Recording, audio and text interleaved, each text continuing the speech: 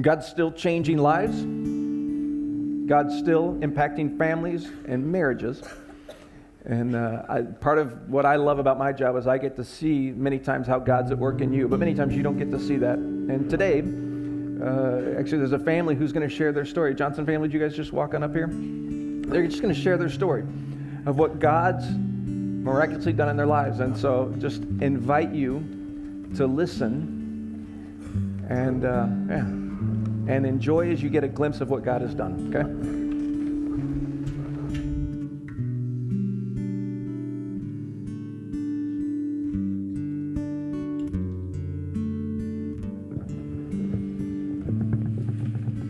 Hi, my name is Mike Johnson. When I was a sophomore in high school, I found out that my dad was talking and meeting with other women while still married to my mom. I found this out, it turned my world upside down. It suddenly made me question the purpose of life and how someone could do such a terrible thing. The next 6 months were very hard for me and my family as we tried to deal with this incident. My mom moved out to my grandparents' house, and my dad had broken the trust of not only my mom, but me and my 4 siblings. In March of 2008, I was brought to Impact by the girl that I was dating at that time. I liked Impact because it was an excuse to get away from my broken down family and catch a breath of fresh air. As I continued to attend, I listened to the messages with an open mind, but they never really struck me deeply. It wasn't until I went to Sandblast that summer that I finally felt the presence of God and the conviction of my sins.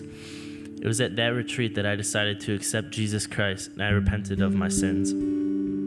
Within that year, my mom and dad got into a Christian marriage ministry and began the process of forgiveness and healing for what my dad had done. My younger brother Brian also accepted Jesus that year.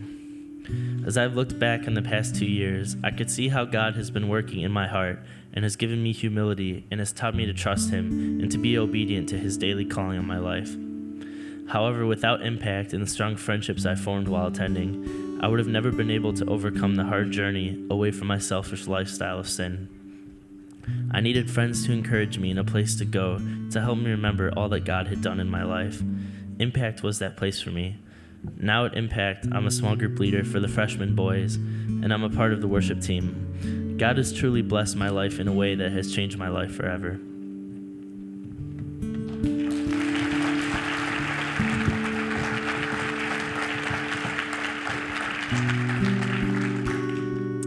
Hi, my name is Karen Johnson. Eric and I got married in 1983, and we had 5 wonderful kids. Although we have always gone to church as a family, I never really paid attention to what was being said. God was always put on the back burner. As for our marriage, I knew that we had issues, but I dealt with it by staying busy and working a lot. When real problems would come up, I ran from them. When our son Mike was in high school, I could tell that he was struggling with depression. We didn't realize how much he was hurting. One day, he tried to talk to me about his suspicions of his dad possibly having a girlfriend. I brushed him off, telling him that he was wrong and that his dad would never do that to me. I had no concept at the time of how Satan was out to kill and destroy.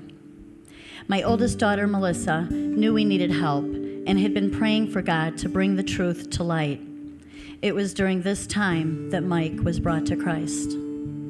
It was a very confusing and hurtful time for our entire family, and I would love to tell you that things got better after the sin was exposed, but they didn't. They got worse. Eric expected me to forgive and forget and leave it all in the past and just move on. He had no idea how to heal my broken heart, and he didn't want to learn. And my emotions were all over the map. And quite honestly, I was out of control with my anger.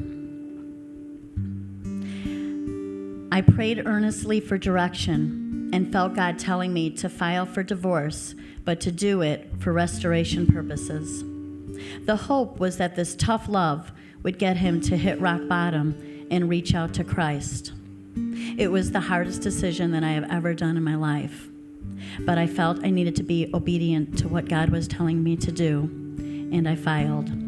I also made a promise to God that I would give it 2 years for God to work in Eric's heart. It took those divorce papers for Eric to finally wake up. He recommitted his life to Jesus and made the choice to lay his life down for me and to love me like Christ loved the church. He worked hard at bringing me healing, and I was responding warmly to his efforts. God was working in both of our hearts, and we were starting to come back together again.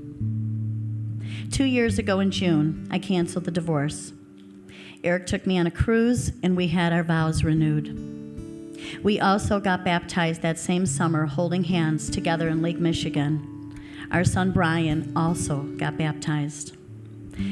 Today, we are all very happy and closer than we have ever been. We have chosen to put God first in everything we do. I am amazed at the changes that God has done in each of us, and I thank Him daily for allowing this trial in our lives because it brought us to Him. Currently, Eric and I volunteer in a marriage ministry. We work with couples that are in marriage crisis, and I pray by sharing our story that it will bring encouragement to others. Thank you.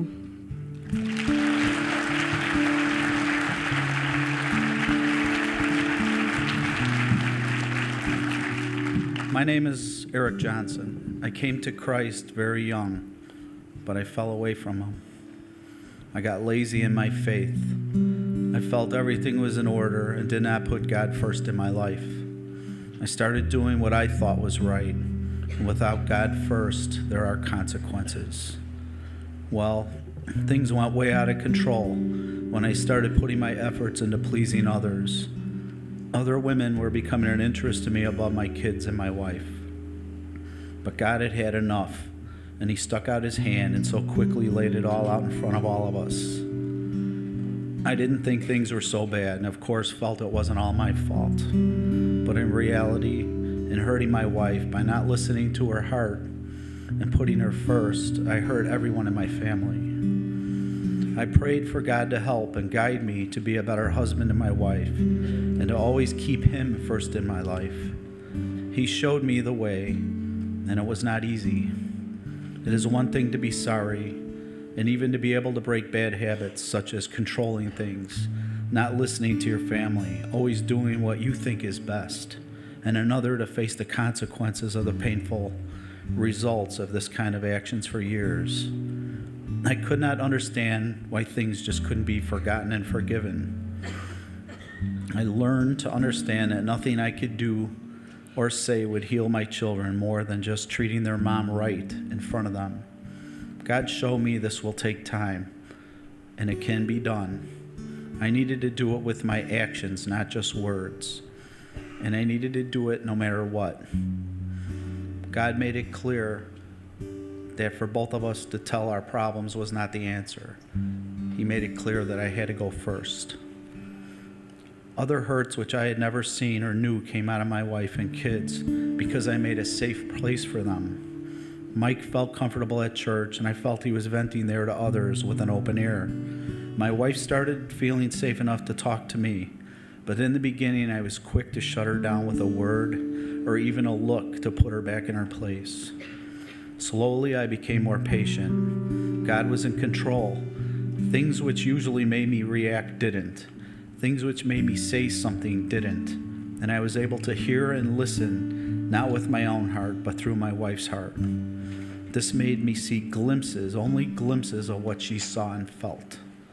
I was so quick to hug her and tell her none of it was her fault, and that it was all my falling from God and my own failures which caused all that transpired in our family. Then I reassured her that God was in control, and I was in this for the long haul, even if it takes forever, that I will always listen to her heart, and assured her I'm not going anywhere. Putting her heart first has shown my children the strength of God working through me. The kids then also felt safe to talk about things that bothered them. And now we try to have family meetings to talk out anything that bothers any of them in any way.